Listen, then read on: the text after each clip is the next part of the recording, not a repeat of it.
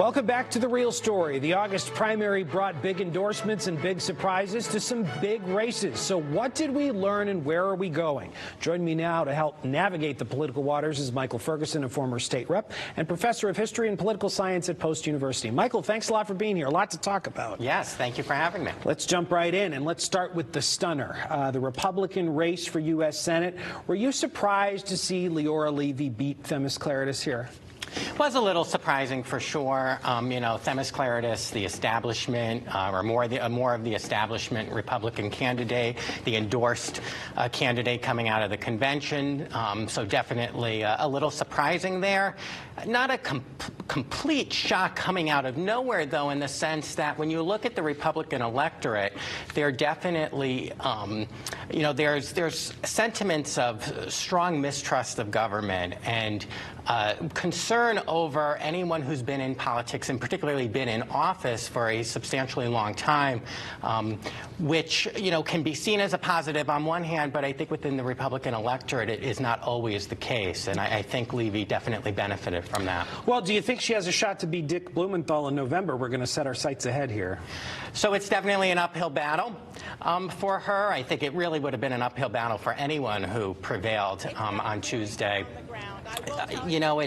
She definitely comes out the underdog. Expectations, pretty low, I would say, coming out of the primary. Connecticut, with Senator Blumenthal has been in office, has been in the Senate for 2 terms, 12 years. He's a well-known entity in the state of Connecticut, having been in office, some type of public office for nearly 40 years. So she definitely will have her work cut out. Well, and they both are prolific fundraisers, as we know, so there's going to be a lot of television ads. We all know that. A lot of money. So the Trump endorsement, which Leora Levy did get, obviously that helped her in the primary, and that's where only registered Republicans can vote. But as we move toward the general election, do you think being endorsed by President Trump will actually hurt Leora Levy? So, as you said, it definitely helped her in the primary. You could make the argument that she was victorious because of that. I'm not necessarily sure if I'd say that was the only factor, but it definitely contributed to it. However, as we move forward, it's because you got to get the unaffiliated yes. and the independent voters. Yes. So, President Trump did not do well in Connecticut when he ran in 2016, 2020. There's audio footage of the endorsement that I know the Democrats have already been starting to play from the endorsement last week up until the actual congratulations call that President Trump had made to Levy the other day. So it definitely, it's interesting. You see the connection that she made to President Trump leading up to the, heading into the primary. There's likely going to be probably some distancing in the months to come. All right, so neither President Biden or President Trump are literally on the ballot in November, but do you think figuratively their influences are going to loom large here? And I guess the question is, which party stands to lose the most from the national narrative?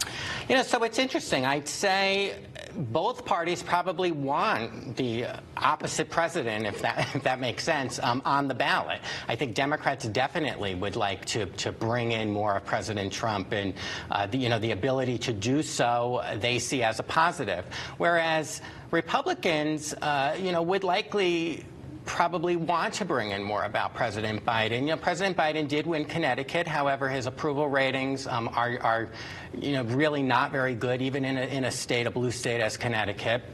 And so if Republicans are able to make the connection between a sluggish economy and inflation at 40-year high, rising gas prices, that narrative, just the cost of living, then, they would probably want to say President Biden's on the ballot. Give us a preview of the governor's race now. This is a 2018 rematch, Ned Lamont versus Bob Stefanowski. Let me ask you this. First with Bob Stefanowski, do you think he's become a better candidate since the last time he ran? He definitely has. Yes. He's much more polished. Just his campaign overall is much stronger. In 2018, he came out of nowhere to really win that primary. He didn't even compete at the state convention. So he really came out of nowhere as a complete political outsider. And his big thing was just eliminate the state income tax, which is like 50% of the budget. That was like the big thing. You know? Yeah, so you see his tone and his message has shifted a little bit as well. He's just more polished, and the campaign in general is more polished. They also benefited, Bob Stefanowski, that is, benefited from not having a primary. That definitely helps him as well. What about Ned Lamont? You know, what are his strengths and what are his weaknesses as the incumbent? So, you know, 4 years ago when he ran, Republicans tried to label him as really a term of Governor Malloy, who was really very unpopular. The benefit Governor Lamont has is that, you know, now he runs on his own record. You know, there's a distant memory of Governor Malloy, if you will, and so I think that's definitely a benefit for him. The challenge would be just, you know, that sluggish economy, how prices are rising, and you know, that's a thing we're seeing throughout the nation, but it plays true here. So those kitchen table issues of, you know, are we going to, you know, you wake up in the morning and you think, are we going to be able to, you know, make ends meet? Are we going to be able to put food on the table for our family? You know, that's a message that I think he's going to have to respond to from the Republicans and Bob Stefanowski, but also something he's going to have to approach as well. On this program, just before you came on, we talked to Congresswoman Jahana Hayes. Polling shows that her seat is up for grabs, or at least at risk, in the 5th District. How worried should she be, and do you see any Connecticut congressional seats actually flipping from D to R? Well, that would be the one, if there was one. You know, the other 4 are pretty safe. The 5th one has always been competitive, some years a little bit more than others. You know, I think the national mood is going to definitely play a role in that. So, you know, some of the issues I mentioned before on the economy, if Republicans are able to really push home on that message, then that could potentially spell some you know, difficult road ahead for the Congresswoman. I still think she's probably slightly favored, just being the incumbent, just, you know, having outside support, organization support, fundraising abilities, you know, that incumbents typically have, but definitely a race to watch.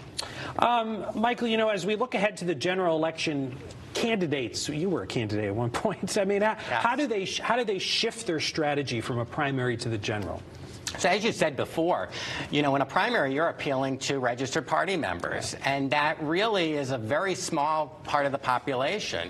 Or a part of the electoral population. And so as you shift to a general election strategy, you need to expand that message, broaden that message. You want to bring in, you know, unaffiliated voters, which make up the biggest chunk of the electorate, as well as, you know, some more moderate voters. If you're a Republican, more moderate Democrats. If you're a Democrat, maybe some more moderate Republicans, in order to expand that. So broadening that message and trying to appeal to more is the approach most candidates would take. How important is money going to be? You know, do the incumbents and those candidates who didn't have any competition in the primary, do they have an advantage in fundraising? They do always benefit because they're not spending money in that election, so they're saving it essentially. I would say that we are going to probably see a lot of outside money from super PACs or, you know, other outside organizations, especially in the race for governor. We're starting to already see that. We've seen that throughout the summer, and I think that's only going to expand. We may see some of that, you know, say in a 5th congressional district race, if that continues to be competitive. You know, we may see that a little bit in the Senate race as well, but I think definitely in the gubernatorial race. And we know that with money, as you mentioned, candidates are going to be blitzing your television and your radio with ads. Do people pay, excuse me, do people pay attention to political ads anymore, or are we really just become desensitized? You know, it's interesting. It's you know, I talk to my students about, you know, different campaign strategies, and, you know, sometimes they look at you and go, well, I haven't seen a TV ad ever. You know, I watch streaming services, or I'm, you know, watching my phone, TV on my phone, things of that nature. But, you know, I think ads still do play a little bit of a role, especially a strong ad, perhaps a very critical or negative ad, being critical of an opponent. Keep in mind, ads are evolving. So it may not be the traditional TV 30-second ad, but a web ad, Facebook video, Instagram video, right. TikTok video, all of those, I think, could potentially play. We're running out of time. I want to squeak in one more. Your assessment of the state of the two political parties. Do you think that we've gotten more polarized? I mean, is there a place anymore in either party for either a moderate Democrat or a moderate Republican? Yeah, that's a great question. It's definitely become an extremely polarizing time. We've had polarizing times throughout history. We're definitely at a very difficult moment in history in terms of political polarization.